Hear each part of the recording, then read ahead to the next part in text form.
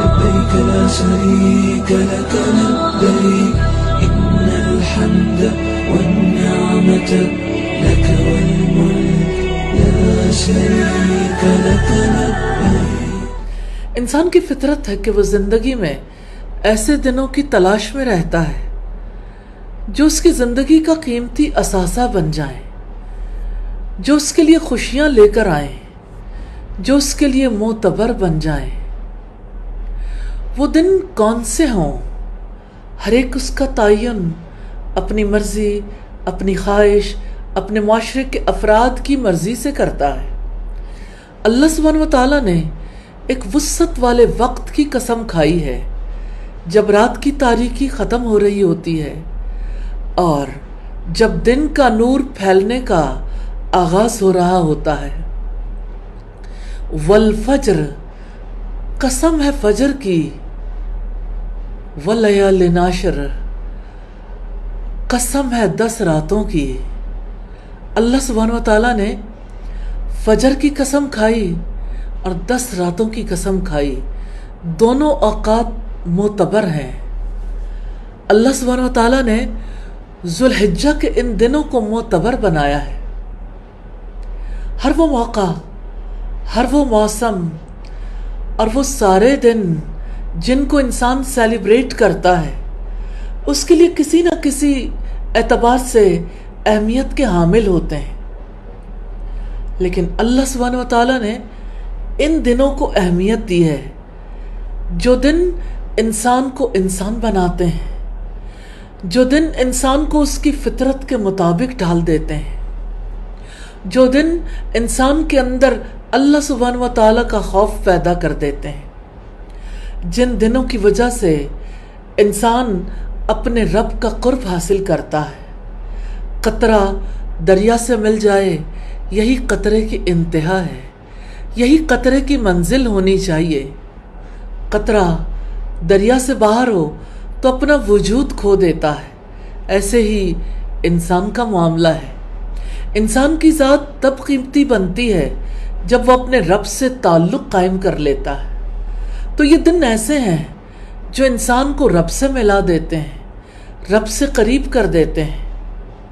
وہ دن جو ذوالحجہ کے پہلے عشرے کے دن ہیں، یہ تو یادوں کے دن ہیں. یہ تو انسان کا رشتہ ان ہستیوں سے ملانے کے دن ہیں جنہوں نے وفا کا حق ادا کر دیا. انسان ان دنوں میں یاد کرتا ہے اللہ سبحانہ و تعالیٰ کے خلیل ابراہیم علیہ السلام کو، ان کے گھرانے کے افراد کو، ان کے تعلق باللہ کو، ان کے گھرانے کو. 30 سے زائد آزمائشیں سیدنا ابراہیم علیہ السلام پر آئیں.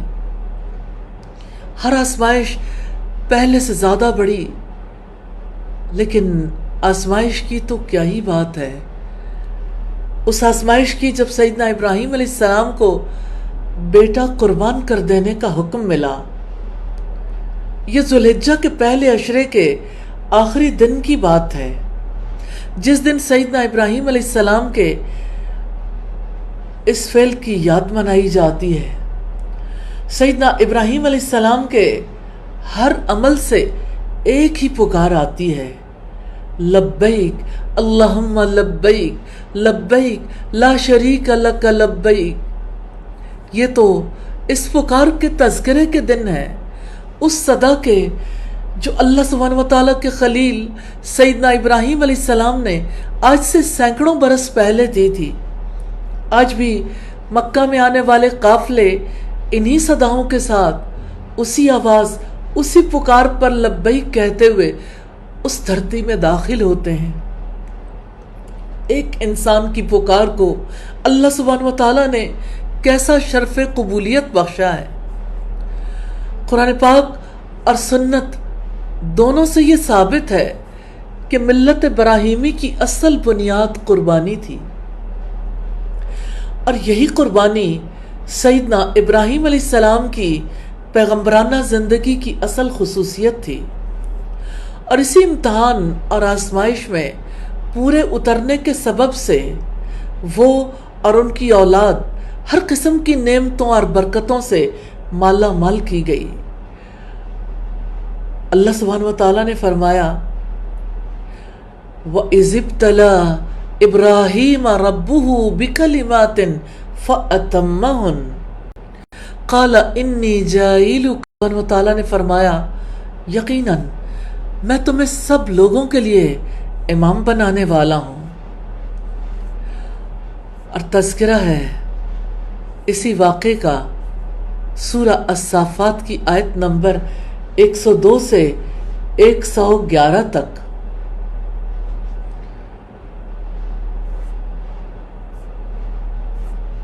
فرمایا جہانوں کے بادشاہ نے ربی ہب لی من الصالحین انی ارا فی المنام انی اذبحک فانظر ماذا تری،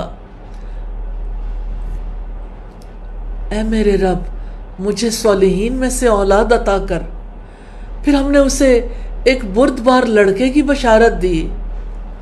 پھر جب اس کے ساتھ بھاگ دوڑ کی عمر کو پہنچا تو اس نے کہا اے میرے چھوٹے بیٹے یقیناً میں خواب میں دیکھتا ہوں کہ میں تجھے ذبح کر رہا ہوں۔ قال یا ابت افعل ما تؤمر، اس نے کہا اے میرے ابا جان جو آپ کو حکم دیا جا رہا ہے کر ڈالیے۔ رائے پوچھی تھی ابراہیم علیہ السلام نے آپ کی کیا رائے ہے؟ بیٹے نے کہا رائے کی بات نہیں، جو آپ کو حکم دیا جا رہا ہے کر ڈالیے۔ ستجدنی انشاءاللہ من الصابرین، انشاءاللہ ان قریب آپ مجھے صالحین میں سے پائیں گے، انشاءاللہ آپ مجھے صبر کرنے والوں میں سے پائیں گے۔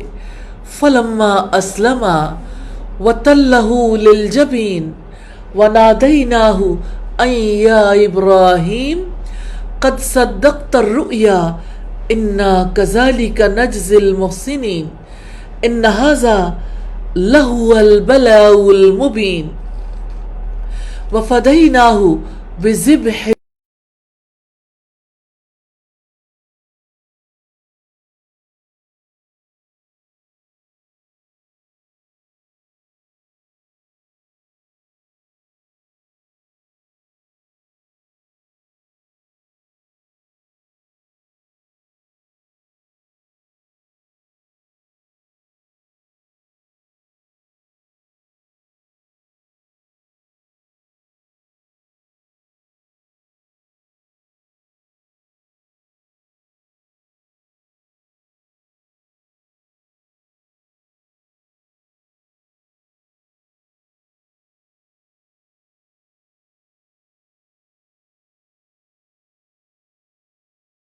عظیم وترکنا علیہ فی الآخرین سلام علی ابراہیم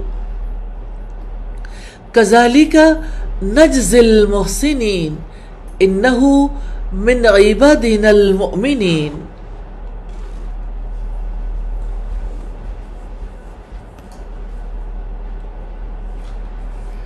پھر جب دونوں مطیع ہو گئے اور ابراہیم نے اسے پیشانی کے بل گرا دیا اور ہم نے اسے ندا دی کہ اے ابراہیم یقیناً تو نے خواب سچ کر دکھایا، یقیناً ہم نیکی کرنے والوں کو ایسا ہی بدلہ دیتے ہیں، یقیناً یہ ایک کھلی ہوئی آزمائش تھی اور ہم نے ایک بڑی قربانی اس کے فدیے میں دی اور ہم نے بعد میں آنے والوں میں اس کی تعریف چھوڑ دی۔ سلام ہے ابراہیم پر، اسی طرح ہم نیکی کرنے والوں کو جزا دیتے ہیں، یقیناً وہ ہمارے ایمان والے بندوں میں سے تھا۔ مسند احمد میں ہے، سیدنا ابن عباس رضی اللہ تعالی عنہ سے روایت ہے، سیدنا ابراہیم علیہ السلام اپنے نور نظر کو اللہ سبحانہ و تعالیٰ کے حکم سے ذبح کرنے کے لیے لے چلے تو شیطان ان کے سامنے آیا، لیکن سیدنا ابراہیم علیہ السلام اس سے آگے بڑھ گئے۔ پھر سیدنا جبریل علیہ السلام کے ساتھ آپ جمرہ عقبہ کے پاس پہنچے تو پھر شیطان سامنے آیا، لیکن سیدنا ابراہیم علیہ السلام نے اسے 7 کنکریاں ماری۔ پھر جمرہ وسطیٰ کے پاس آیا، پھر وہاں 7 کنکریاں ماری۔ رسول اللہ فرماتے ہیں کہ سیدنا ابراہیم علیہ السلام مناسک ادا کرنے کے لیے تشریف لائے تو جمرہ اخرى کے پاس شیطان نظر آیا۔ سیدنا ابراہیم علیہ السلام نے اس کو 7 کنکریاں ماری، یہاں تک کہ وہ زمین میں دھنس گیا۔ جمرۃ الوسطیٰ کے قریب بھی یہی صورت پیش آئی، اور سیدنا ابن عباس رضی اللہ تعالی عنہ نے فرمایا، شیطان کو مارتے رہو اور اپنے باپ سیدنا ابراہیم علیہ السلام کے دین پر چلتے رہو۔ یہی وہ برکت ہے جس کو مسلمان دن میں 5 مرتبہ اللہ سبحانہ وتعالیٰ کے سامنے یاد کرتے ہیں۔ اللہم بارک علی محمد وعلی آل محمد کما بارکت علی ابراہیم وعلی آل ابراہیم۔ یا اللہ تو محمد صلی اللہ علیہ وسلم اور محمد صلی اللہ علیہ وسلم کی آل پر برکت نازل فرما، جس طرح تو نے ابراہیم علیہ السلام اور آل ابراہیم پر برکت نازل کی۔ خوش قسمت ہیں وہ لوگ جو حج کی نیت لے کر اپنا مال، اپنی صلاحیتیں، قوتیں، وقت لے کر اپنے رب کے حضور پہنچ گئے۔ جو لوگ حج کے لیے جاتے ہیں ان جانے والوں کو کیا کچھ ملتا ہے۔ طواف سے دل کی بے چینی کو قرار آتا ہے، آنسوؤں کے ساتھ، آہوں کے ساتھ رب سے فریادیں کرنے کا، دعائیں مانگنے کا موقع ملتا ہے۔ زمزم کا پانی پی کر ایمان کو تازہ کرنے کا موقع ملتا ہے۔ رب پر توکل کی یادگار ہے زمزم، جو اس پانی کو پیتا ہے روحانی اور جسمانی طور پر شفا حاصل کرتا ہے۔ عرفات جائیں گے، منا میں راتیں گزاریں گے، جمرات کو کنکریاں ماریں گے۔ ایک فعل ایسا ہے، جانے والا تو دامن بھر لے، پیچھے والے کیا کریں؟ جو جانے کی طاقت نہ رکھتے ہوں، کیا ان کے لیے بھی کوئی خیر ہے؟ کیا ان کے لیے بھی کوئی نیکی کا سامان موجود ہے؟ کیا ان کے لیے بھی مواقع میسر ہیں؟ ہاں، یہ برکت والے دن ہیں، عشرہ ذوالحجہ کے دن۔ ان کے اعمال حجیوں سے ملتے جلتے اعمال ہیں۔ رب رحمان کی طرف سے عشرہ ذوالحجہ اہل ایمان کے لیے اجر و ثواب حاصل کرنے کا عظیم الشان اور سنہری موقع ہے کہ ان دنوں کی معمولی درجے کی نیکی بھی دوسرے دنوں کی اعلیٰ درجے کی نیکیوں سے افضل ہے۔ اس لیے اللہ والے ان دنوں میں زیادہ سے زیادہ نیکیاں کر کے زاد آخرت جمع کرنے کی شدید کوشش کرتے تھے۔ جب عشرہ ذوالحجہ داخل ہو جاتا تو سعید بن جبیر تحد استطاعت شدید عبادت کرتے تھے۔ قرآن و سنت میں ان 10 دنوں کی فضیلت کے بہت سے دلائل ہیں۔ سورہ الفجر میں ہے والفجر واللیال عشر، قسم فجر کی اور 10 راتوں کی۔ سیدنا ابن عباس سے مروی ہے واللیال عشر سے مراد ذوالحجہ کے ابتدائی 10 دن ہے۔ اللہ سبحانہ وتعالیٰ کا ان دنوں کی قسم کھانا ان کی شان اور عظمت پر دلیل ہے۔ ان 10 دنوں کے ساتھ حج کے مہینوں کا اختتام ہوتا ہے، یہ بہت بڑی دلیل ہے۔ اللہ سبحانہ وتعالیٰ نے فرمایا الحج اشہر معلومات، حج کے مہینے معروف ہیں۔ حافظ ابن رجب نے لکھا ہے ذوالحجہ کے 10 دنوں کے فضائل میں ایک بات یہ بھی ہے کہ وہ معلوم مہینوں کا آخری حصہ ہے اور وہ مہینے حج کے ہیں جن کے بارے میں اللہ سبحانہ وتعالیٰ نے فرمایا الحج اشہر معلومات، حج کے مہینے معلوم ہیں اور وہ شوال، ذوالقعدہ اور ذوالحجہ کے 10 دن ہیں۔ سیدنا عبداللہ ابن عباس رضی اللہ تعالیٰ عنہ بیان کرتے ہیں رسول اللہ صلی اللہ علیہ وسلم نے فرمایا مَا الْعَمَلُ فِي أَيَّامِ الْعَشْرِ أَفْضَلَ مِنْهَا فِي هَذِهِ ان دنوں کے عمل سے زیادہ کسی دن کے عمل میں فضیلت نہیں۔ لوگوں نے پوچھا اور جہاد میں بھی نہیں؟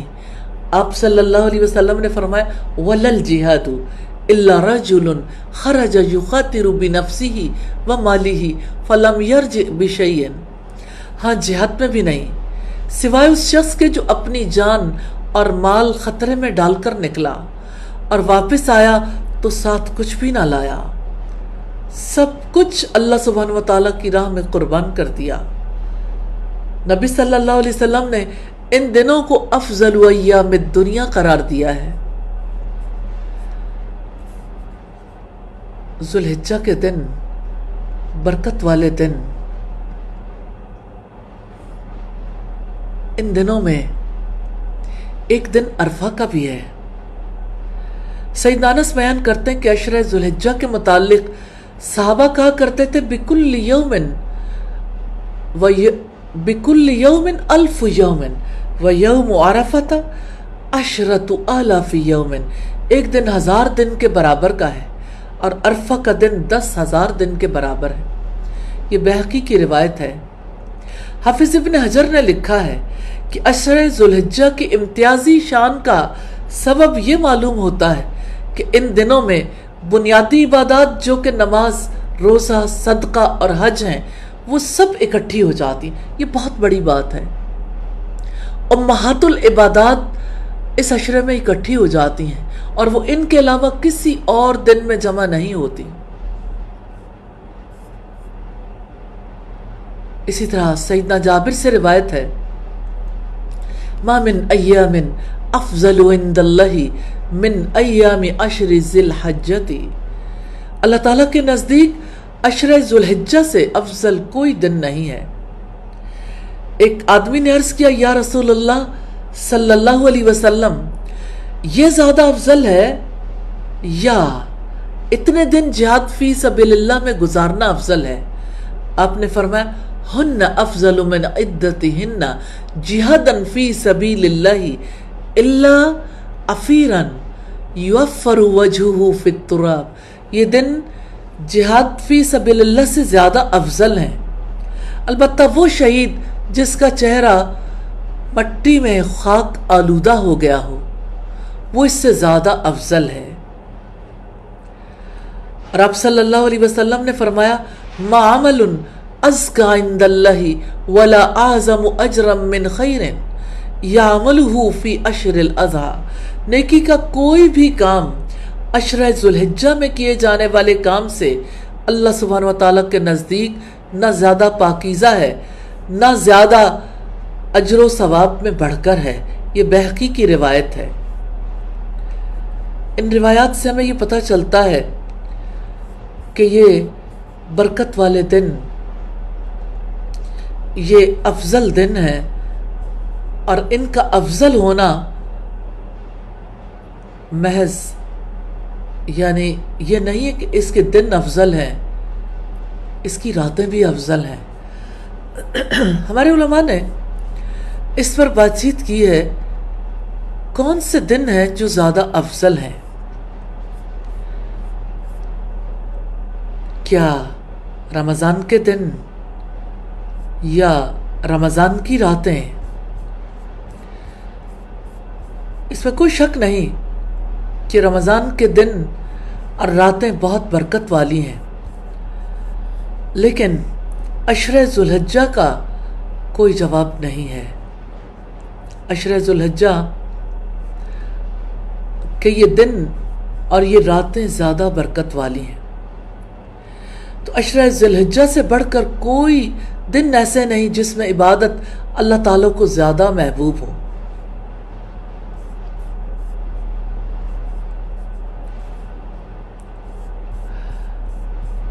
اللہ سبحانہ وتعالیٰ نے ان دنوں کو رمضان المبارک کے آخری عشرے سے بھی افضل قرار دیا ہے۔ ان دونوں عشروں کی بڑی فضیلت ہے، کتاب و سنت میں اس کے متعدد دلائل آئے ہیں۔ ان میں سے افضل عشرہ کون سا ہے؟ تو اس بارے میں صحیح اور درست موقف یہ ہے کہ سال بھر کے دنوں سے عشرہ ذوالحجہ افضل ہے، اور سال بھر کی راتوں میں سے رمضان کی آخری 10 راتیں افضل ہیں۔ اس بارے میں امام ابن تیمیہ کا فتویٰ بہت مدد دیتا ہے۔ عشرہ ذی الحجہ اور رمضان کے آخری عشرے میں سے کون سا عشرہ افضل ہے؟ تو ذی الحجہ کے ابتدائی 10 دن رمضان کے آخری 10 دنوں سے افضل ہیں، اور رمضان کے آخری عشرے کی راتیں ذی الحجہ کی 10 راتوں سے افضل ہیں۔ حافظ ابن قیم بیان کرتے ہیں، جب فاضل اور سمجھدار شخص اس جواب پر غور کرے گا تو اسے شافی اور کافی پائے گا، کیونکہ ذی الحجہ کے 10 دنوں کے علاوہ یعنی ان 10 دنوں کے علاوہ ایام کے اعمال اللہ تعالیٰ کو 10 ذی الحجہ کے اعمال سے زیادہ محبوب نہیں۔ ان ایام میں یوم عرفہ ہے، یوم النحر ہے، یوم الترویہ ہے جو خاص فضیلت کے حامل ہیں، اور رمضان کی آخری 10 راتیں شب بیداری کی راتیں ہیں جن میں رسول اللہ صلی اللہ علیہ وسلم رات بھر عبادت کیا کرتے تھے، اور ان راتوں میں شب قدر بھی ہے۔ تو جو شخص اس تفصیل کے بغیر جواب دے گا اس کے لیے ممکن نہیں کہ وہ صحیح دلیل پیش کر سکے۔ آپ اسے ڈیٹیل سے دیکھنا چاہتے ہیں تو مجموع الفتاویٰ لابن تیمیہ میں دیکھیے، والیوم 25 پر پیج 287 پر۔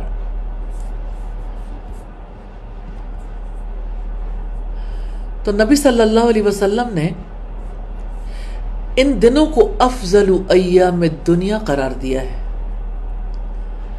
ان دنوں میں کیے جانے والے اعمال اللہ سبحانہ وتعالیٰ کو بے حد پسند ہیں۔ ان میں سے کچھ اعمال کا خصوصی ذکر احادیث میں آیا ہے، جن میں سے پہلا عمل فرض نمازوں کا خاص اہتمام کرنا ہے۔ یہ سب سے پہلا کام ہے۔ بروقت ادائیگی، خشوع و خضوع کے ساتھ دل کی حاضری کے ساتھ ادائیگی کا اہتمام کرنا، یہ سب سے افضل اعمال میں سے ہے۔ اللہ تعالیٰ کو وہ عبادات سب سے زیادہ محبوب ہیں جنہیں اللہ سبحانہ وتعالیٰ نے فرض ٹھہرایا ہے۔ ذرا سوچئے، کسی گھر کی بنیاد رکھنے سے پہلے اس گھر کی تزئین و آرائش کرنا کیسے ممکن ہے؟ نماز کی دین میں حیثیت بنیاد جیسی ہی ہے۔ سیدنا ابو ہریرہ نے بیان کیا، رسول اللہ نے فرمایا، اللہ تعالیٰ فرماتا ہے، اور میرا بندہ جن جن عبادتوں سے میرا قرب حاصل کرتا ہے، اور کوئی عبادت مجھ کو اس سے زیادہ پسند نہیں ہے جو میں نے اس پر فرض کی ہے، یعنی فرائض مجھے بہت پسند ہیں، جیسے نماز، روزہ، حج، زکوٰۃ، تو نماز وقت پر اور باجماعت ادا کیجیے۔ مسجد میں وقت سے پہلے جانے کی کوشش کرنی ہے تاکہ پہلی صف میں نماز ادا کریں۔ آپ سے یہ کہنا چاہتی ہوں، سب لوگ اپنے اداروں میں اپنی اپنی پلیسز پر باجماعت نماز کا اہتمام کرنے کی کوشش کریں۔ باجماعت نماز اکیلے نماز پڑھنے کے مقابلے میں 20 درجے، 25 درجے، 27 درجے زیادہ افضل ہے۔ دوسرا بڑا کام ہے نیا چاند دیکھنے کی دعا۔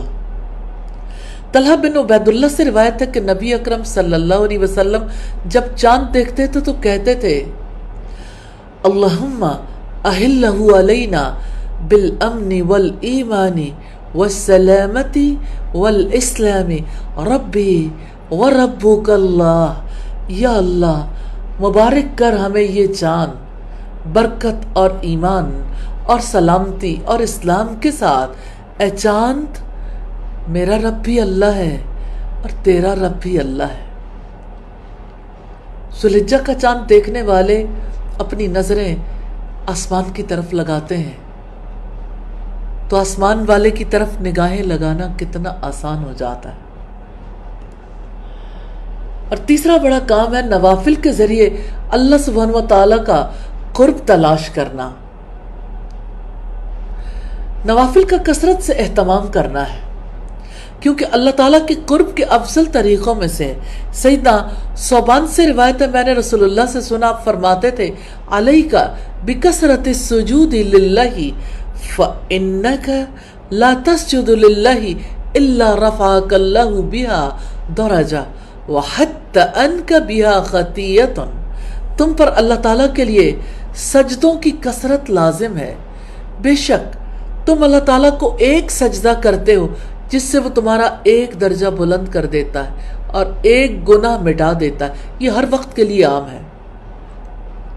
اور سیدنا ابو ہریرہ رضی اللہ تعالیٰ عنہ نے بیان کیا کہ رسول اللہ صلی اللہ علیہ وسلم نے فرمایا، اللہ سبحانہ و تعالیٰ فرماتا ہے، جس نے میرے کسی ولی سے دشمنی کی اسے میری طرف سے اعلان جنگ ہے، اور میرا بندہ جن جن عبادتوں سے میرا قرب حاصل کرتا رہتا ہے اور کوئی عبادت مجھ کو اس سے زیادہ پسند نہیں ہے جو میں نے اس پر فرض کی ہے، یعنی فرائض مجھے بے حد پسند ہیں، جیسے نماز، روزہ، حج، زکوٰۃ، اور میرا بندہ وَلَا يَزَالُ عَبْدِي يَتَقَرَّبُ إِلَيَّ بِالنَّوَافِلِ، میرا بندہ برابر نفل عبادات کے ذریعے سے میرا قرب تلاش کرتا رہتا ہے، حتیٰ کہ مجھ سے اتنا قریب ہو جاتا ہے کہ میں اس سے محبت کرنے لگ جاتا ہوں۔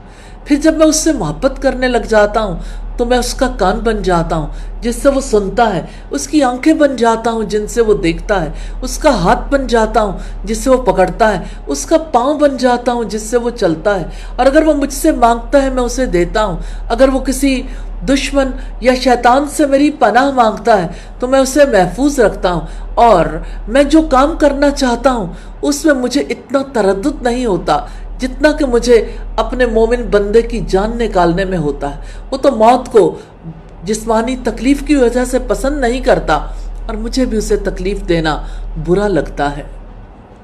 تو ان برکت والے دنوں میں آپ نوافل کا اہتمام کر سکتے ہیں، جیسے فرض نمازوں کے ساتھ 12 نوافل۔ رسول اللہ صلی اللہ علیہ وسلم نے فرمایا، جس نے دن یا رات میں 12 رکعتیں پڑھی تو اللہ تعالیٰ اس کے لیے جنت میں گھر بنائے گا۔ یہ نسائی کی 1800 نمبر روایت ہے۔ پھر ظہر سے پہلے اور بعد کے 4 نوافل کی فضیلت ہے۔ رسول اللہ نے فرمایا، جس نے ظہر سے پہلے کی 4 رکعتوں اور اس کے بعد کی 4 رکعتوں کی محافظت کی تو اللہ تعالیٰ اسے جہنم پر حرام کر دے گا۔ یہ نسائی کی 1817 نمبر روایت ہے۔ اور فجر کے نوافل کی فضیلت ہے۔ ام المومنین سیدہ عائشہ کہتی ہے کہ رسول اللہ صلی اللہ علیہ وسلم کسی اور نفل کا اتنا خیال نہیں رکھتے تھے جتنا صبح سے پہلے کی 2 رکعتوں کا خیال رکھتے تھے، یعنی 2 سنتوں کا۔ اور عصر سے پہلے کے نوافل کی فضیلت ہے۔ سیدنا عبداللہ ابن عمر کہتے ہیں کہ رسول اللہ صلی اللہ علیہ وسلم نے فرمایا، اللہ سبحانہ و تعالیٰ اس شخص پر رحم فرمائے جس نے عصر سے پہلے 4 رکعتیں پڑھی۔ اور چاشت کی نماز کی بہت فضیلت ہے۔ ابو الاسود کہتے ہیں کہ ہم لوگ سیدنا ابو ذر کے پاس تھے، اسی دوران آپ نے کہا، ہر روز صبح ہوتے ہی تم میں سے ہر شخص کی جوڑ پر ایک صدقہ ہے، تو اس کے لیے ہر نماز کے بدلے ایک صدقے کا ثواب ہے، ہر روزے کے بدلے ایک صدقے کا ثواب ہے، ہر حج ایک صدقہ ہے، ہر تسبیح ایک صدقہ ہے، ہر تکبیر ایک صدقہ ہے، ہر تحمید ایک صدقہ ہے۔ اسی طرح رسول اللہ نے نیک اعمال کا شمار کیا، پھر فرمایا، ان سب سے تمہیں بس چاشت کی 2 رکعتیں کافی ہیں۔ تحیت المسجد یہ بھی نوافل ہیں۔ ابو قتادہ رضی اللہ تعالیٰ عنہ سے روایت ہے کہ رسول اللہ نے فرمایا، جب تم میں سے کوئی شخص مسجد میں آئے تو اسے چاہیے کہ وہ بیٹھنے سے پہلے 2 رکعتیں تحیت المسجد پڑھ لے۔ اسی طرح تحیت الوضو ہیں۔ سیدنا ابو ہریرہ نے بیان کیا کہ نبی کریم صلی اللہ علیہ وسلم نے سیدنا بلال سے فجر کے وقت پوچھا، کیا بلال مجھے اپنا سب سے زیادہ امید والا نیک کام بتاؤ جسے تم نے اسلام لانے کے بعد کیا ہے، کیونکہ میں نے جنت میں اپنے آگے تمہارے جوتوں کی چاپ سنی ہے۔ سیدنا بلال نے عرض کیا، میں نے تو اپنے نزدیک اس سے زیادہ امید کا کوئی کام نہیں کیا کہ جب میں نے رات یا دن میں کسی وقت بھی وضو کیا تو میں اس وضو سے نفل نماز پڑھتا رہتا جتنی میری تقدیر میں لکھی گئی تھی۔ اور تہجد کی نماز کے بارے میں رسول اللہ نے فرمایا، افضل الصلاۃ بعد الفریضہ صلاۃ اللیل، فرض کے بعد سب سے افضل نماز تہجد ہے، اور محبوب ترین عمل ہے، اللہ تعالیٰ اسے پسند فرماتا ہے۔ بخاری اور مسلم کی روایت ہے، اللہ سبحانہ و تعالیٰ کے نزدیک سب سے محبوب ترین نماز رات کی نماز ہے۔ اور رات کے آخری تہائی حصے کی فضیلت ہے۔ رسول اللہ صلی اللہ علیہ وسلم نے فرمایا، ہمارا رب تبارک و تعالی ہر رات آسمان دنیا کی طرف نزول فرماتا ہے، اس وقت جب رات کا آخری تہائی حصہ باقی رہ جاتا ہے، اور فرماتا ہے، کون ہے جو مجھ سے دعا کرتا ہے کہ میں اس کی دعا قبول کروں؟ کون ہے جو مجھ سے مانگتا ہے کہ میں اسے دوں؟ کون ہے جو مجھ سے بخشش طلب کرتا ہے کہ میں اس کی بخشش کروں؟ یہ وقت ہر روز رات کو آتا ہے اور ہم اکثر اس سے فائدہ نہیں اٹھاتے۔ اگر آپ ان 10 دنوں میں فجر سے کچھ دیر پہلے اٹھیں تو اس بابرکت وقت سے فائدہ اٹھا سکتے ہیں۔ اس خاص وقت میں اللہ سبحانہ و تعالیٰ سے گڑ گڑا کر بخشش کی دعا بھی کریں اور اللہ تعالیٰ سے اس کی عبادت کی توفیق بھی طلب کریں، کیونکہ عبادت وہی کر سکتا ہے جس کو رب العزت توفیق عطا فرمائے۔ اسی طرح نیک اعمال میں روزہ انتہائی اہمیت کا حامل ہے۔ ایک حدیث قدسی میں رب العزت کا ارشاد ہے، اللہ سبحانہ و تعالیٰ فرماتا ہے، بندہ اپنا کھانا پینا اور اپنی شہوت میرے لیے چھوڑ دیتا، روزہ میرے لیے ہے اور میں ہی اس کا بدلہ دوں گا، اور دوسری نیکیوں کا ثواب بھی اصل نیکی کا 10 گنا ہوتا ہے۔ ہندہ بن خالد جوہنی نبی صلی اللہ علیہ وسلم کی بعض ازواج مطہرات سے روایت کرتے ہیں، رسول اللہ 9 ذو الحجہ، یوم عاشورہ اور ہر مہینے کے 3 دن کے روزے رکھتے تھے۔ امام نووی نے فرمایا ان 10 دنوں کے روزے مستحب ہیں۔ تو یہ دن برکت والے دن ہیں۔ ان دنوں میں کثرت سے اللہ سبحانہ و تعالیٰ کو یاد کرنے کی ضرورت ہے۔ کثرت سے تحلیل، تکبیر اور تحمید کہنا کتنا بڑا عمل ہے۔ رب العزت نے فرمایا وَلَذِكْرُ اللَّهِ اکبر، اللہ کا ذکر، اللہ سبحانہ و تعالیٰ کی یاد، یہ تو بہت بڑی چیز ہے۔ سیدنا ابو ہریرہ رضی اللہ تعالیٰ عنہ سے روایت ہے کہ نبی صلی اللہ علیہ وسلم نے فرمایا، ما من ایام احب الی اللہ ان یتعبد له فیہا من 10 ذی الحجۃ یعدل صیام کل یوم منہا بصیام سنۃ وقیام کل لیلۃ منہا بقیام لیلۃ القدر۔ اللہ سبحانہ و تعالیٰ کے نزدیک کوئی عمل 10 ذو الحجہ میں کیے جانے والے عمل سے زیادہ پسندیدہ نہیں ہے۔ ان میں سے ایک دن کا روزہ 1 سال کے روزوں کے برابر ہے، اور ایک رات کا قیام لیلۃ القدر کے قیام کے برابر ہے۔ اسی لیے تو اللہ تعالیٰ نے ان دنوں کی قسم کھائی ہے، اور اللہ سبحانہ و تعالیٰ نے پیچھے رہ جانے والوں کو محروم نہیں رکھا۔ تو یہ برکت والے دن ہیں، یادوں کے دن ہیں، اور ان دنوں میں ایک دن عرفہ کا دن ہے۔ یوم عرفہ بہت قیمتی دن ہے۔ 9 ذی الحجہ کا روزہ رکھنا یہ عظیم عمل ہے۔ 10 ذو الحجہ کے فضائل میں سے ایک بات یہ بھی ہے کہ ان میں سے 9واں دن یوم عرفہ ہے۔ یہ وہ عظیم دن ہے جس میں اللہ تعالیٰ سال کے سارے دنوں میں سے ہر دن کے مقابلے میں زیادہ تعداد میں لوگوں کو جہنم کی آگ سے آزادی عطا فرماتا ہے۔ سیدہ عائشہ نے بیان کیا کہ یقیناً رسول اللہ صلی اللہ علیہ وسلم نے ارشاد فرمایا، کوئی دن ایسا نہیں کہ اس میں اللہ تعالیٰ عرفات کے دن سے زیادہ لوگوں کو جہنم کی آگ سے آزاد کرتا۔ یہی وہ دن ہے جس میں اللہ تعالیٰ نے دین اسلام کو مکمل فرمایا، اہل اسلام پر اپنی نعمت کو مکمل فرمایا۔ سیدنا عمر ابن خطاب سے روایت ہے، ایک یہودی شخص نے ان سے کہا، اے امیر المومنین، تمہاری کتاب میں ایک آیت ہے جس کو تم پڑھتے ہو، اگر ہم یہودیوں پر وہ نازل ہوتی ہم اس کے نزول کو عید بنا لیتے۔ انہوں نے دریافت کیا کون سی آیت؟ اس نے کہا، الیوم اکملت لکم دینکم واتممت علیکم نعمتی ورضیت لکم الاسلام دینا۔ آج میں نے تمہارے لیے تمہارے دین کو مکمل کر دیا، تم پر اپنی نعمت پوری کر دی، اور تمہارے لیے اسلام کو دین کی حیثیت سے پسند کیا ہے۔ سید عمر رضی اللہ تعالیٰ عنہ نے فرمایا جس دن اور جس جگہ نبی کریم پر وہ آیت نازل ہوئی ہم اس سے آگاہ ہیں. جمعہ کا دن تھا اور آپ عرفات میں کھڑے تھے. اور سیدہ قتادہ سے روایت رسول اللہ صلی اللہ علیہ وسلم سے یوم عرفہ یعنی 9 ذوالحجہ کے روزے کے متعلق سوال کیا گیا تو آپ نے فرمایا گزشتہ اور آئندہ سال کے گناہ دور کر دیتا ہے. یہ صحیح مسلم کی روایت ہے. اور نبی کریم صلی اللہ علیہ وسلم نے حجۃ الوداع کے موقع پر میدان عرفات میں اس دن کا روزہ نہیں رکھا.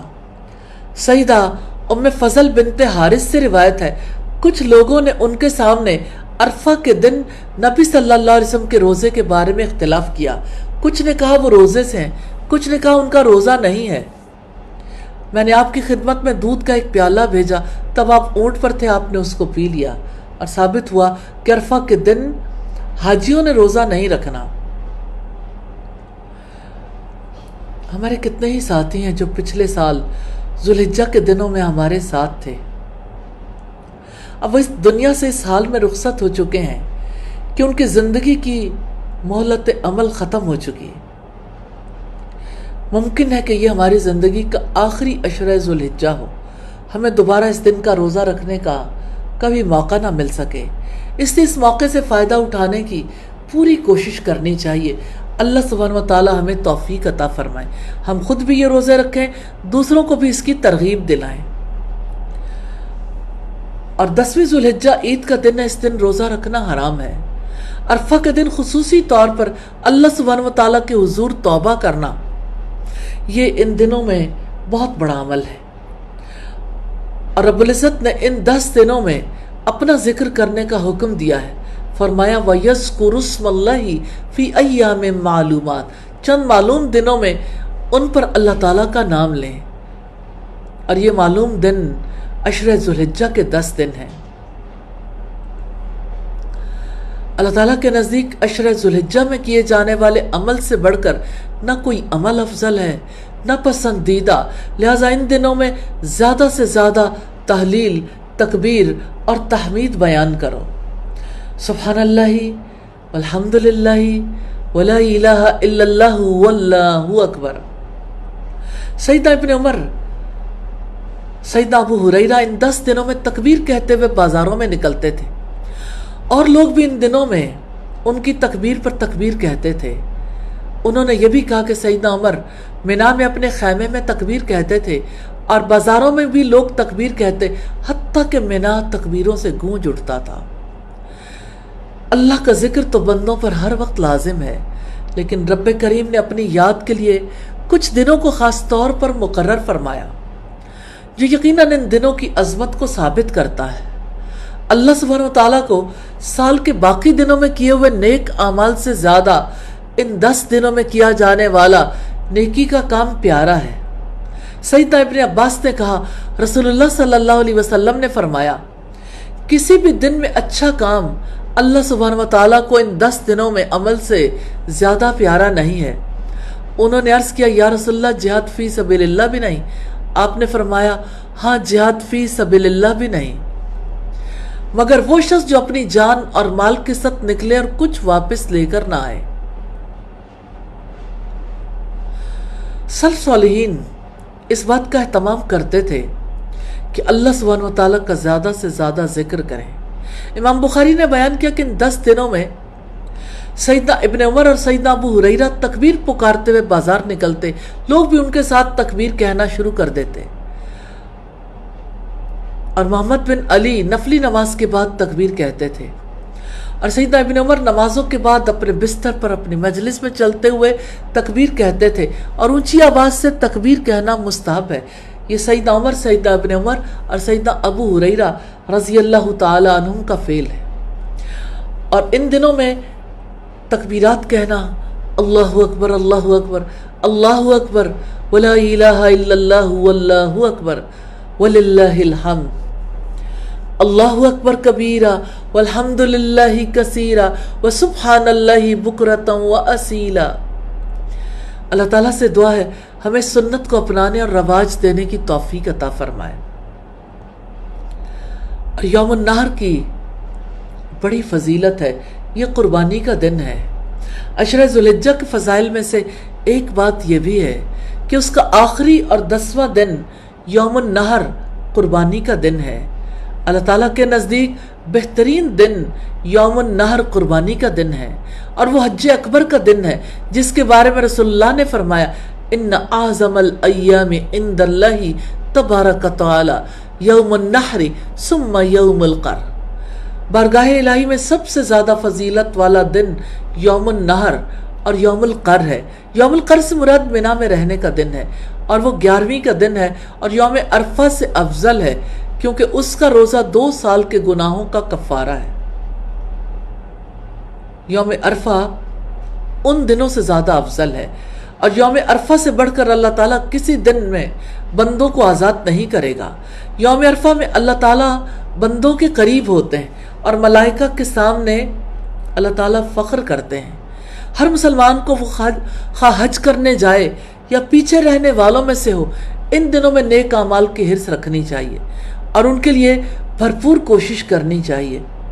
اس دن قربانی کرنا بہت بڑے اجر و ثواب والا عمل ہے۔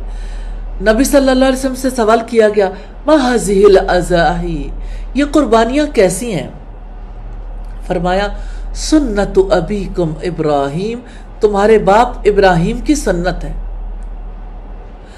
اور قرب اللہ تعالیٰ کے قرب کا ذریعہ، یعنی قربانی قرب کا ذریعہ ہے۔ اللہ سبحانہ وتعالیٰ نے نبی کریم کو قربانی کا حکم دیا، فَصَلِّ لِرَبِّكَ وَانْحَرْ، پھر اپنے رب کے لیے نماز پڑھو اور قربانی کرو۔ رسول کریم نے عید الاضحیٰ کے موقع پر نماز عید کے بعد قربانی کرنے کو اپنی سنت قرار دیا ہے۔ سیدہ برا سے روایت ہے کہ رسول اللہ نے ارشاد فرمایا بے شک اس دن ہم پہلا کام یہ کرتے ہیں کہ نماز عید ادا کرتے ہیں، پھر واپس پلٹتے ہیں اور قربانی کرتے ہیں۔ جس شخص نے ایسا ہی کیا اس نے ہماری سنت کو پا لیا۔ یہ صحیح بخاری کی روایت ہے، اور رسول اکرم نے قربانی کی سنت براہیمی پر ہمیشگی فرمائی۔ اور سیدنا انس سے روایت ہے کہ نبی صلی اللہ علیہ وسلم 2 مینڈھے ذبح کیا کرتے تھے، اور میں بھی 2 مینڈھے ذبح کرتا ہوں۔ اور قربانی کے متعلق رسول کریم کا شدید اہتمام اس بات سے بھی واضح ہوتا ہے کہ حجۃ الوداع کے موقع پر آپ نے حج کی قربانی کے 100 اونٹ ذبح کرنے کے ساتھ عید الاضحیٰ کی قربانی بھی کی، اپنی طرف سے 1 بکری اور ازواج مطہرات کی طرف سے 1 گائے کو ذبح فرمایا۔ حجۃ الوداع کے موقع پر آپ نے حج کی قربانی کے 100 اونٹ ذبح کرنے کے ساتھ عید الاضحیٰ کی قربانی بھی کی۔ تو صحابہ کرام قربانی کا بہت اہتمام کیا کرتے تھے۔ سیدنا ابو امامہ بن سہل نے کہا ہم مدینہ طیبہ میں اپنے قربانی کے جانوروں کی پرورش کر کے انہیں موٹا کرتے تھے، اور دیگر مسلمان بھی اسی طرح انہیں پال کر موٹا کرتے تھے۔ اور سیدنا ابن سلیم نے بیان کیا جب ہم رسول اللہ کے ساتھ عرفات میں تھے تو آپ نے فرمایا اے لوگو، ہر سال ہر گھر والوں پر قربانی ہے۔ اور سیدنا ابو ہریرہ سے روایت ہے کہ یقیناً رسول اللہ نے فرمایا جو آسودہ حال ہونے کے باوجود قربانی نہ کرے وہ ہماری عید گاہ کے قریب نہ آئے۔ ذوالحجہ کے دن قربانی کی یاد کے دن ہے۔ یہ سیدنا ابراہیم علیہ السلام اور سیدنا اسماعیل علیہ السلام کی یاد کے دن ہے۔ سیدنا ابراہیم علیہ السلام نے جب اپنا بیٹا قربان کرنا چاہا تھا تو اللہ سبحانہ وتعالیٰ نے 1 مینڈے کے سیدنا اسماعیل علیہ السلام کو چھڑوا لیا تھا۔ آج ہم انہی کی یاد میں قربانیاں کرتے ہیں۔ کیا اس قربانی کے کرنے پر ہمیں ثواب ملتا ہے؟ سیدہ عائشہ رضی اللہ تعالی عنہ سے روایت ہے کہ اللہ کے رسول صلی اللہ علیہ وسلم نے فرمایا کسی آدمی نے قربانی کے روز کوئی عمل ایسا نہیں کیا جو اللہ تعالیٰ کو قربانی سے زیادہ پسند ہو۔ قربانی قیامت کے دن اپنے سینگوں، بالوں اور کھروں سمیت آئے گی۔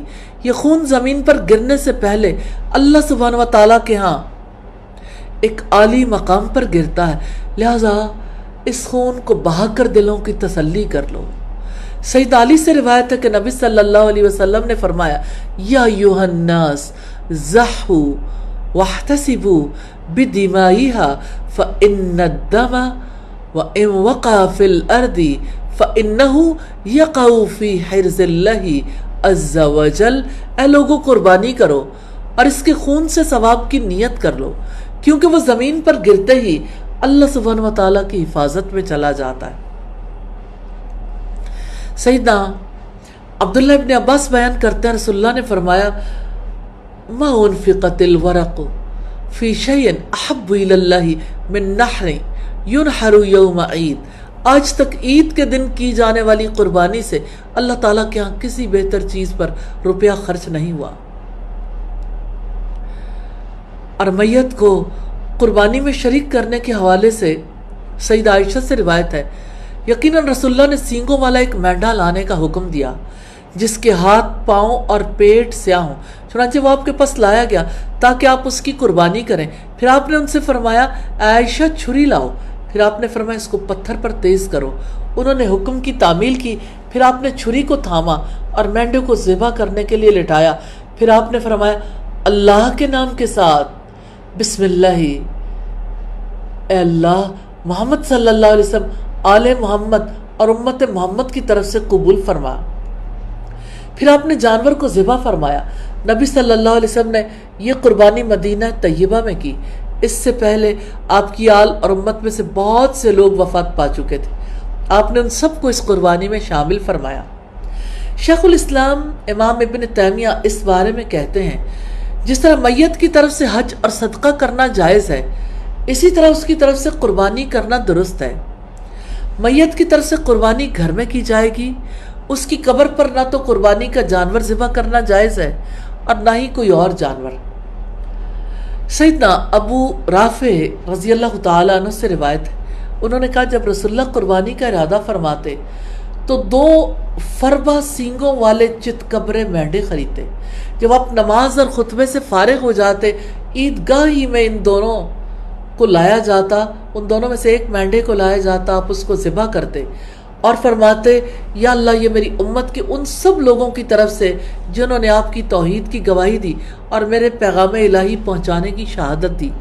پھر دوسرے کو لایا جاتا، آپ اس کو ذبح کرتے وقت فرماتے یا اللہ یہ محمد صلی اللہ علیہ وسلم اور آل محمد کی طرف سے، اور آپ ان دونوں مینڈوں کے گوشت کو مسکینوں کو کھلاتے، خود بھی اس میں سے کھاتے، اپنے گھر والوں کو بھی کھلاتے۔ تو جس قربانی میں میت کو زندہ لوگوں کے ساتھ شریک کیا جائے اس کا گوشت قربانی والے خود بھی کھائیں، مسکینوں کو بھی کھلائیں۔ امام طیبی فرماتے ہیں یہ اس بات کی دلیل ہے کہ اگر کوئی شخص میت کی طرف سے قربانی کرے گا تو ایسا کرنا جائز ہوگا۔ قربانی کے ذریعے آپ کیا کچھ سیکھ سکتے ہیں؟ تقوی بھی، اخلاص بھی۔ قربانی اللہ تعالیٰ کے لیے تقوی اور اخلاص سیکھنے کا ذریعہ ہے۔ رب العزت نے فرمایا قل ان صلاتی ونسکی ومحیای ومماتی للہ رب العالمین، آپ کہہ دیں بے شک میری نماز، میری قربانی، میرا جینا، میرا مرنا اللہ سبحانہ و تعالیٰ کے لیے جو جہانوں کا رب ہے۔ اور قربانی کرتے وقت اس عظیم قربانی کو یاد کرنا چاہیے جس کی پیروی میں مسلمان صدیوں سے اس دن پر قربانی کر رہے ہیں۔ قربانی کے فوائد اور حکمتیں بے شمار ہیں۔ نمبر 1، امتثال امر باری تعالی، اتباع سنت نبی صلی اللہ علیہ وسلم، احیاء سنت ابراہیم اور اسماعیل اور فدیہ اسماعیل پر اللہ تعالیٰ کا شکریہ، اور ایام نہر اور ایام تشریق میں جن کو حدیث میں ایام ضیافت فرمایا گیا ہے، فقراء اور مساکین کے ساتھ حسن سلوک، اپنے اہل و عیال اور دوستوں کی تفریح اور مہمان نوازی، اور یہ اظہار نعمت بھی ہے، اللہ تعالیٰ کا شکر بھی ہے۔ ہر مسلمان کا یہ عقیدہ ہوتا ہے کہ میں اللہ تعالیٰ کا حکم پورا کروں گا اگرچہ اس میں میری جان چلی جائے۔ اس کی مشق اسی طرح سے ہوتی ہے کہ ایک جانور اپنی اولاد کی طرح پالا جائے، حکم الہی کی تعمیل میں اپنے ہاتھ سے ذبح کر دیا جائے، اور اس وقت یہ خیال رہے کہ اپنی اور اپنی اولاد کی جان بھی اسی طرح اللہ کی راہ میں دے سکتے ہیں۔ اور قربانی کا اصل فائدہ اور مقصد خود اللہ تعالیٰ نے جامع الفاظ میں بیان کر دیا کہ اللہ سبحانہ و تعالیٰ کو نہ قربانی کا گوشت پہنچتا ہے نہ لہو، وَلَكِنْ يَنَالُهُ التَّقْوَى مِنْكُمْ، تمہارے دل کا ادب، دل کی پرہیزگاری پہنچتی ہے۔ كَذَلِكَ سَخَّرَهَا لَكُمْ، اسی طرح جانوروں کو اللہ تعالیٰ نے تمہارے بس میں کر دیا ہے تاکہ اللہ کی بڑائی بیان کرو، اس کے لیے تمہیں اس نے ہدایت دی ہے۔ یعنی مسلمانوں کا اصل مقصد صرف جانوروں کی خون ریزی نہیں ہونا چاہیے، اصل غرض اللہ کے حکم کی تعمیل ہے، ذکر ہے، تکبیر الہی ہے اور اللہ کے شاعر کو قائم کرنا ہے، اور قربانی کرتے ہوئے اللہ تعالیٰ کی رضا کے لیے نیت کو خالص کرنا چاہیے اور اللہ سبحانہ و تعالیٰ سے ثواب کی امید رکھنی چاہیے۔ اور ذوالحجہ کا چاند نظر آ جائے تو کچھ کام حاجیوں جیسے ہیں جو آپ نے کرنے ہیں۔ نہ ناخن تراشنا ہے، نہ بال کٹوانا ہے، یہ مستحب ہے۔ رسول اللہ نے فرمایا من رأى ہلال ذی الحجۃ واراد ان یضحی فلا یأخذ من شعرہ ولا من اظفارہ، جس نے ذوالحجہ کا چاند دیکھ لیا اور وہ قربانی کرنے کا ارادہ رکھتا ہے تو اسے بال اور ناخن نہیں تراشنے چاہیے۔ قربانی کرنے والا ہلال ذوالحجہ کے بعد بالوں اور ناخنوں کو نہ چھیڑے۔ سیدہ ام سلمہ سے روایت ہے کہ نبی کریم نے فرمایا جب تم ذوالحجہ کا چاند دیکھ لو اور تمہارا قربانی کرنے کا ارادہ ہو تو اپنے بالوں اور ناخنوں کو کاٹنے اور تراشنے سے بچو۔ یہ صحیح مسلم کی روایت ہے۔ اور ذوالحجہ کا چاند نظر آئے اللہ سبحانہ وتعالیٰ کا کثرت سے ذکر کریں۔ اس نے حکم دیا ہے یا ایھا الذین آمنوا اذکروا اللہ ذکرا کثیرا، اے لوگوں جو ایمان لائے ہو اللہ تعالیٰ کو یاد کرو، کثرت سے یاد کرنا۔ تو اللہ سبحانہ وتعالیٰ کی مخلوق ہونے کی حیثیت سے ہم سب کو اپنے خالق کا خوب ذکر کرنا چاہیے اور برکت والے دنوں میں اس کا خاص اہتمام کرنا چاہیے۔ اور فضیلت والے اذکار میں سے ہے، رسول اللہ سے پوچھا گیا کون سا کلام افضل ہے، آپ نے فرمایا جس کو اللہ تعالیٰ نے اپنے فرشتوں یا اپنے بندوں کے لیے چنا، سبحان اللہ و بحمدہ۔ اسی طرح سیدنا ابو ہریرہ سے روایت ہے رسول اللہ نے فرمایا جو شخص صبح کو اور شام کو سبحان اللہ و بحمدہ 100 بار کہے قیامت کے دن اس سے بہتر کوئی عمل لے کر نہیں آئے گا مگر جو اتنا ہی یا اس سے زیادہ کہے۔ اور نبی صلی اللہ علیہ وسلم نے فرمایا اگر میں کہوں سبحان اللہ والحمدللہ ولا الہ الا اللہ واللہ اکبر تو یہ مجھے زیادہ پسند ہے ان تمام چیزوں سے جن پر سورج نکلتا ہے۔ سیدہ ام ہانی بنت ابو طالب بیان کرتی کہ رسول اللہ میرے پاس سے گزرے، میں نے کہا اللہ کے رسول میں بوڑھی اور کمزور ہو گئی ہوں، آپ مجھے ایسا عمل بتائیں جو میں بیٹھ کر کر سکوں۔ آپ نے فرمایا 100 دفعہ سبحان اللہ کہا کرو، یہ ذکر تیرے لیے اسماعیل علیہ السلام کی اولاد کے ان 100 غلاموں سے بہتر ہے جنہیں آپ آزاد کرو۔ 100 دفعہ الحمدللہ کہا کرو، یہ ذکر تیرے لیے ان 100 زین شدہ اور لگام شدہ گھوڑوں سے بہتر ہے جن کا آپ اللہ کے راستے میں صدقہ کرو، اور 100 دفعہ اللہ اکبر کہا کرو، یہ ذکر تیرے لیے قلادے والی اللہ تعالیٰ کے ہاں مقبول ان 100 اونٹنیوں سے بہتر ہے جنہیں مکہ میں ذبح کیا جائے۔ 100 دفعہ لا الہ الا اللہ کہا کرو، یہ ذکر آسمان اور زمین کے درمیانی خلا کو ثواب سے بھر دے گا، اور اس دن اس عمل کے مقابلے میں کوئی عمل نہیں ہوگا جو آسمان کی طرف بلند ہو سوائے اس آدمی کے عمل کے جو تیری طرح کا عمل کرے۔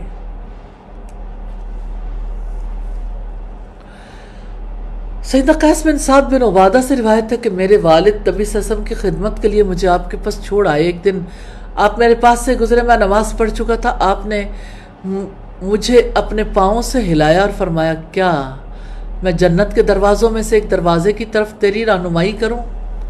اور وہ ذکر یہ ہے لا حول ولا قوت الا باللہ، برائی سے بچنے کی قوت اور نیکی کرنے کی طاقت نہیں ہے مگر اللہ سبحانہ و تعالیٰ کی توفیق سے۔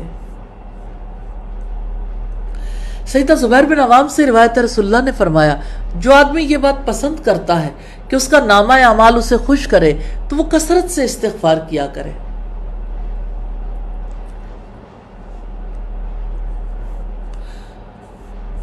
پھر اپنے رب سے خوب دعائیں کرنا۔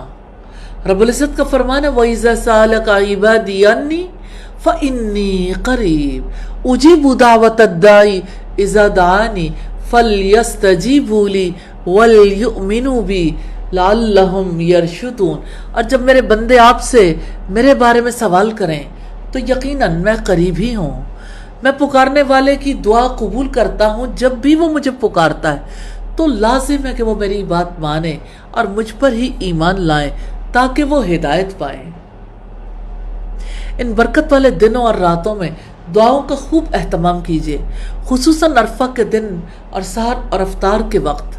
سیدنا عبداللہ ابن عمرو ابن عاص کہتے کہ نبی اکرم نے فرمایا سب سے بہتر دعا عرفہ والے دن کی دعا ہے، اور میں نے اب تک جو کچھ بطور ذکر کہا ہے اور مجھ سے پہلے جو دوسرے نبیوں نے کہا ہے ان میں سب سے بہتر دعا یہ ہے، لا الہ الا اللہ وحدہ لا شریک لہ لہ الملک ولہ الحمد وہو علی کل شیء قدیر۔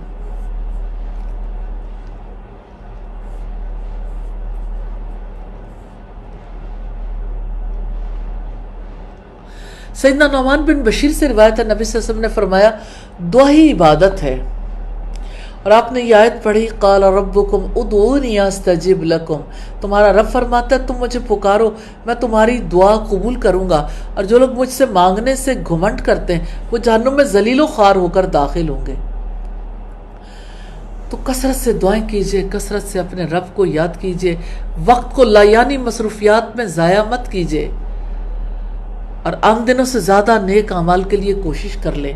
اگر زکوٰۃ ادا نہیں کی تو ادا کر لیں، حج کی ادائیگی کے لیے خصوصی دعا کر لیں، اگر حج فرض ہے اور ابھی نہیں کیا تو اللہ تعالیٰ سے ان دنوں میں خاص دعا کریں، دعا کی قبولیت کے اوقات میں خصوصی دعائیں کریں کہ اللہ تعالیٰ اس عظیم عبادت کو آسان انداز میں ادا کرنے کی توفیق عطا فرمائے۔ اور ان دنوں میں تلاوت قرآن کرنے کی بھی بڑی فضیلت ہے۔ سیدنا عبداللہ ابن مسعود کہتے ہیں رسول اللہ نے فرمایا جس نے کتاب اللہ کا ایک حرف پڑھا اسے اس کے بدلے ایک نیکی ملے گی، اور ایک نیکی 10 گنا بڑھا دی جائے گی۔ میں نہیں کہتا الف لام میم ایک حرف ہے، بلکہ الف ایک حرف ہے، لام ایک حرف ہے اور میم ایک حرف ہے۔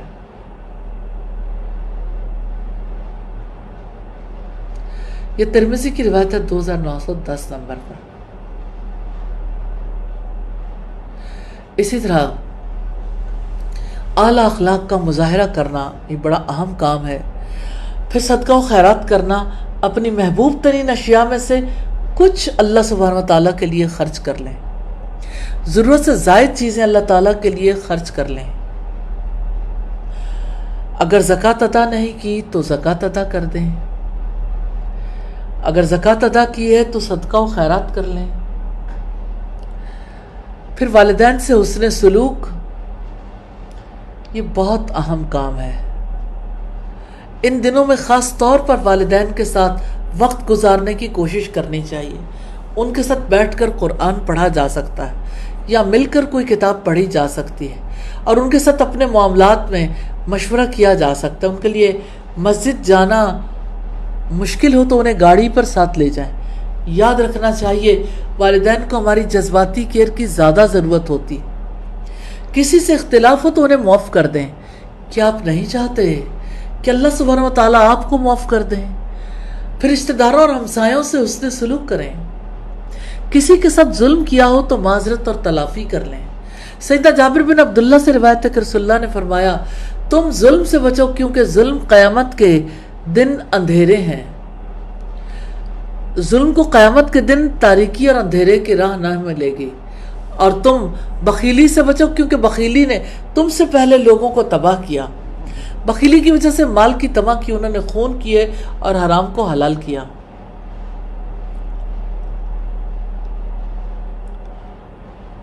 ان دنوں میں کرنے والے کاموں میں علم سکھانا بھی ہے، اللہ سبحانہ وتعالیٰ کی مکمل طور پر اطاعت کا عہد باندھنا بھی ہے۔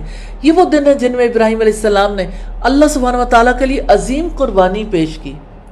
ان دنوں سے حقیقی فائدہ وہی اٹھا سکتا ہے جو ابراہیم علیہ السلام کی قربانی کی حقیقت کو سمجھ جائے اور ملت ابراہیمی کی پیروی کا ارادہ کر لے۔ ابراہیم علیہ السلام کا طریقہ کیا ہے؟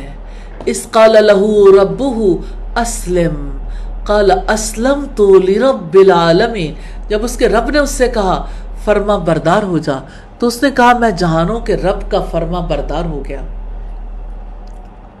ابراہیم علیہ السلام نے اپنی ہستی کو مکمل طور پر اللہ سبحانہ و تعالیٰ کے سپرد کر دیا تھا۔ پھر جو اللہ تعالیٰ نے حکم دیا انہوں نے پورا کیا، یہاں تک کہ رب العزت نے ان کے بارے میں فرمایا وَإِبْرَاهِيمَ الَّذِي وَفَّى، اور ابراہیم کے صحیفوں میں جس نے وفا کا حق ادا کر دیا۔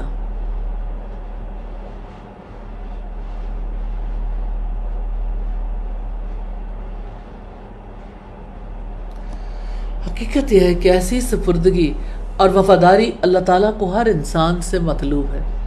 یہی ابراہیم علیہ السلام کی ملت ہے۔ اللہ تعالیٰ کے احکامات کی اطاعت کے راستے میں نہ کبھی ان کی اپنی ذات رکاوٹ بنی، نہ ان کے والدین، نہ اولاد، نہ بیوی، نہ کوئی اور رشتہ دار۔ رب العزت نے فرمایا ما کان ابراہیم یہودیا ولا نصرانیا ولکن کان حنیفا مسلما وما کان من المشرکین۔ ابراہیم نہ یہودی تھے نہ عیسائی، بلکہ وہ یکسو مسلمان تھے، مشرکوں میں سے نہیں تھے۔ یکسوئی مکمل حوالگی جس میں دل کے اندر غیر اللہ کا خیال بھی نہ آئے۔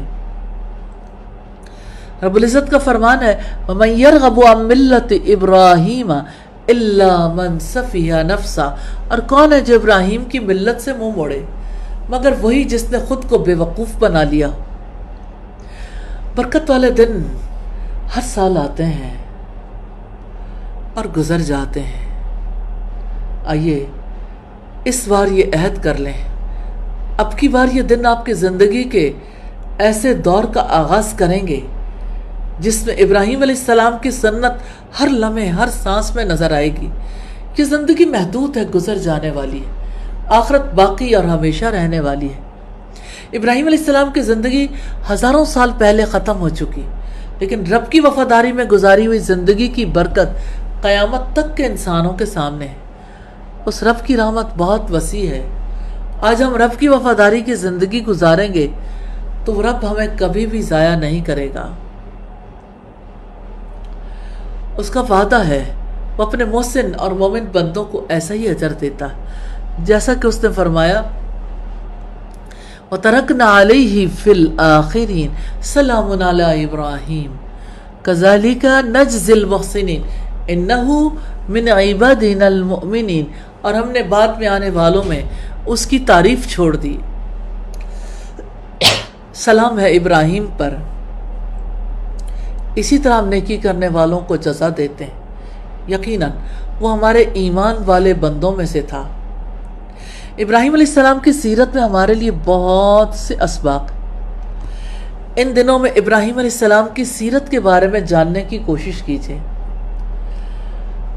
یا اللہ آپ سے دعا ہے ہمیں بھی ان بندوں میں شامل فرما لیں جو ملت ابراہیمی کی پیروی کرتے ہیں۔ یقیناً ہمارا رب دعائیں قبول کرنے والا ہے۔ اللہ سبحانہ و تعالیٰ سے دعا ہے ان دنوں کو بھرپور طریقے سے گزارنے کی توفیق عطا فرما دیں۔ برکت والے دن ہر سال آتے ہیں گزر جاتے ہیں۔ آئیے اس بار عہد کر لیں، اپنے رب سے دعا کر لیں اب کی بار یہ دن یوں ہی نہیں گزریں گے، اب کی بار تو انشاءاللہ ابراہیم علیہ السلام کی سنت ہر وقت ہر لمحے ہر سانس میں نظر آئے گی۔ یہ زندگی ختم ہو جانے والی ہے، آخرت ہمیشہ رہنے والی باقی رہنے والی ہے۔ ابراہیم علیہ السلام کی زندگی ہزاروں سال پہلے ختم ہو چکی، لیکن رب کی وفاداری میں گزاری ہوئی زندگی، اس زندگی کی برکت قیامت تک کے انسانوں کے سامنے۔ اس رب کی رحمت بہت وسیع ہے۔ آج ارادہ کر لیں، آج اپنے رب سے وعدہ کر لیں ہم رب کی وفاداری کی زندگی گزاریں گے تو رب ہمیں ضائع نہیں کرے گا۔ اس کا وعدہ ہے محسنوں کو وہ ایسی ہی جزا دیتا ہے۔ رب العزت نے فرمایا وَتَرَكْنَا عَلَيْهِ فِي الْآخِرِينَ، اور ہم نے بعد میں آنے والوں میں اس کی تعریف و توصیف چھوڑ دی. سلام علی ابراہیم، سلام ہے ابراہیم پر. کذالک نجزی المحسنین، اسی طرح ہم نیکی کرنے والوں کو جزا دیتے ہیں. یقیناً وہ ہمارے ایمان والے بندوں میں سے تھا.